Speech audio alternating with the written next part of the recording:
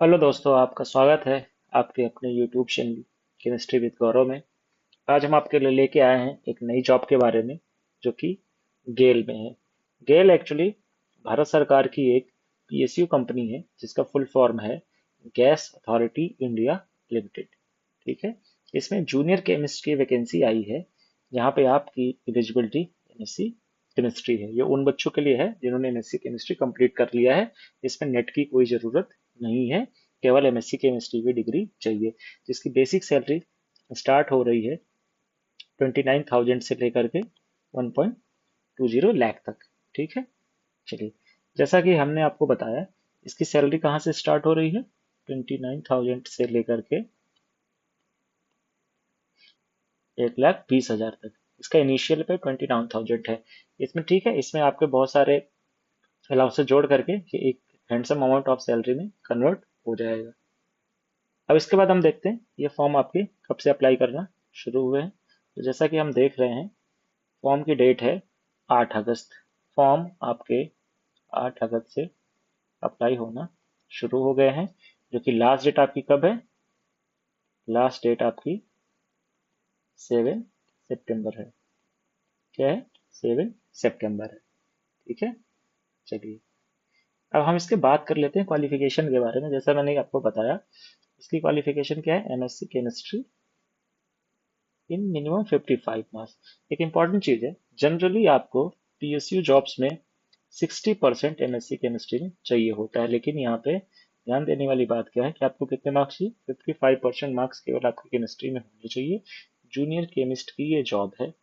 ठीक है। अच्छा, इसमें एक चीज इंपॉर्टेंट है कि आपके पास 2 साल का क्वालिटी कंट्रोल का एक्सपीरियंस होना चाहिए। Quality control laboratory of state या सेंट्रल गवर्नमेंट या फिर यूनिवर्सिटी का किसी भी तरह का होना चाहिए, या फिर आपका प्राइवेट सेक्टर का भी हो सकता है। ठीक है। अगर आप चाहे तो कहीं से बनवा सकते हैं, या अगर आपने कहीं क्वालिटी कंट्रोल में कभी भी काम किया है तो 2 साल का आपको क्या चाहिए होता है? केवल और केवल एक्सपीरियंस चाहिए होता है। जनरली जितनी भी पीएसयू कंपनी है उसमें ज्यादातर ऐसी वैकेंसीज आती है जहाँ पे आपको थोड़ा बहुत एक्सपीरियंस चाहिए चाहिए होता है। यहाँ पे 55% केमिस्ट्री में आपके मार्क्स होने चाहिए एमएससी में। उसके बाद आपके पास 2 साल का एक्सपीरियंस होना चाहिए। अच्छा, इसमें सबसे इंपॉर्टेंट बात आप लोगों के लिए ये है कि इसको पीएचडी कैंडिडेट नहीं भर सकता। यहाँ देखो आप, qualification which shall attract in eligibility for the post. मतलब अगर आपके पास हायर हायर डिग्री है तो आप ये फॉर्म नहीं भर सकते। जूनियर केमिस्ट की फॉर्म पीएचडी कैंडिडेट नहीं भर सकता है। क्लियर है? तो इसमें एक बात क्या होगी, यहाँ पे थोड़ा सा कंपटीशन क्या होगा? कम होगा। कंपटीशन कम होगा। ठीक है। केवल और केवल कौन भर पाएगा? एमएससी केमिस्ट्री के लोग ये फॉर्म भर पाएंगे, पीएचडी स्टूडेंट इसको फॉर्म को नहीं भर सकते। ठीक है। हम देख लेते हैं इसकी नंबर ऑफ पोस्ट के बारे में। देखो, टोटल पोस्ट कितनी? 8। अच्छा, आप ये पोस्ट देख के सोच रहे होगे कि यहाँ पे थोड़ी सी कम पोस्ट है। एक्चुअली जितनी भी पीएससी कंपनी होती है उसमें 2, 4, 6, 8, 10 इसी तरह की पोस्ट आती है। बहुत ज्यादा पोस्ट कभी नहीं आती है। जिसमें यूआर में 3 पोस्ट है, ईडब्ल्यूएस में 0, ओबीसी एनसीएल में 3, एससी में 2 पोस्ट आई है। ठीक है। इसको एक हम लोग हैंडसम पोस्ट कह सकते हैं पीएसयू के लेवल पे, कि इतनी वैकेंसी बहुत कम आती है।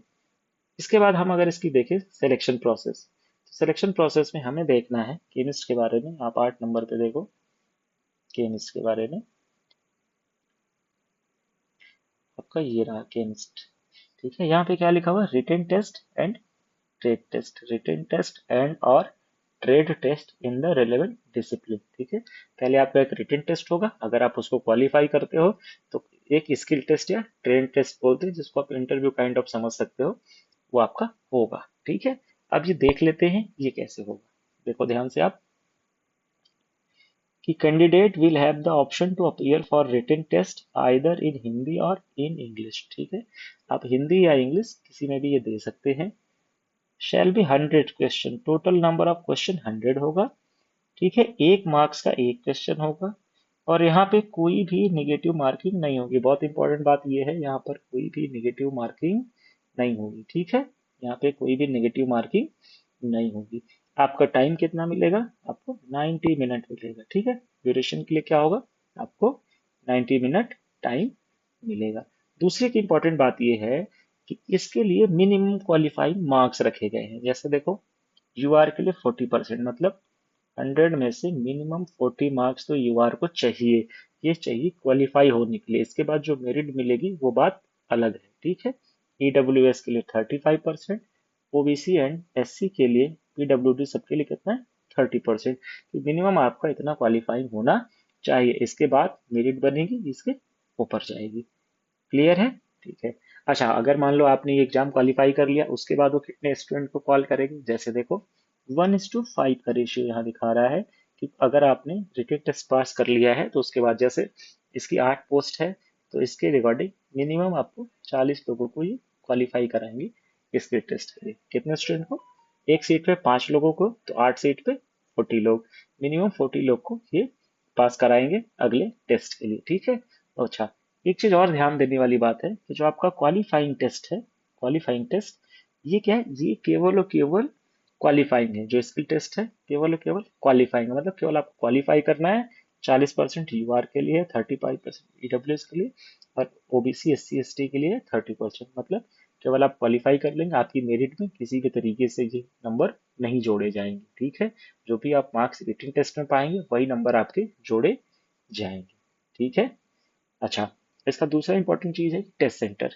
आप देखो दिल्ली एनसीआर, लखनऊ, अहमदाबाद, भोपाल, मुंबई, कोलकाता, हैदराबाद, बेंगलुरु, चेन्नई, ये इसके टेस्ट सेंटर हैं जहाँ पर आप जाकर के टेस्ट दे सकते हैं।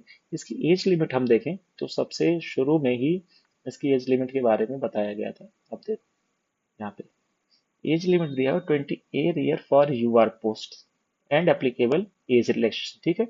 आपका अगर यूआर है तो मैक्सिमम कितनी एज होनी चाहिए? 28 होनी चाहिए। और अगर आप एज रिलैक्सेशन देखोगे तो यहाँ पे एससी के लिए 5 है, मतलब 33 ईयर्स तक दे सकता है, ओबीसी 31 ईयर तक, और बाकी को आप देख लेंगे तो वो रिलैक्सेशन यहाँ से आप चेक कर सकते हैं, ठीक है।